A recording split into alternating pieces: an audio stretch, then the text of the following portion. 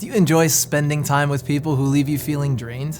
I remember when my wife and I were dating, we were in a long-distance relationship, and she confided in me, she confessed after my second or third trip being here in Australia or her in America that when we parted ways, she was exhausted. Thankfully, I don't drain her anymore. She's energized by my presence most of the time. But I think you'd agree with me that we all naturally choose to spend more time with people who leave us feeling rested and energized.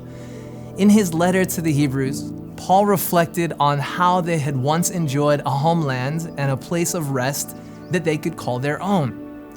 He encouraged them to think back on what they had been through in their history, since God had promised to bring Abraham into the promised land of Canaan. They had gone into Egypt, been forced into slavery, spent 40 years wandering aimlessly in the desert, and then they had spent generations fighting to conquer the inhabitants of the land that they had been promised.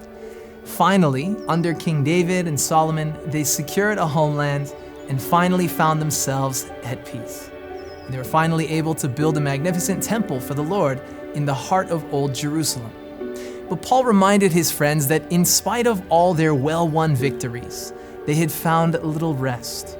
How quickly they had turned from God, trampled on his Sabbath day of rest, and turned to the idols of their neighbors. They polluted the sanctuary and all that made it holy. In fact, by the time of Jesus, Roman sandals had trodden underfoot all of their beautiful land, so that their sacred nation had become one of the most troublesome places on the planet. So in his letter to the Hebrews, Paul explained that Jesus had come with the purpose of bringing peace.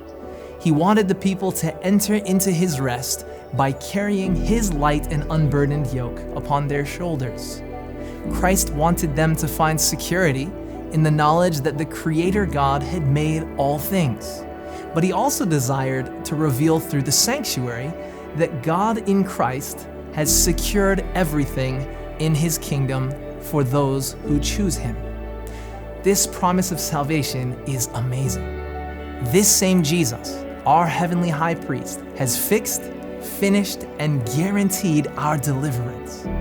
All we need to do is rest in his open, loving, welcoming arms.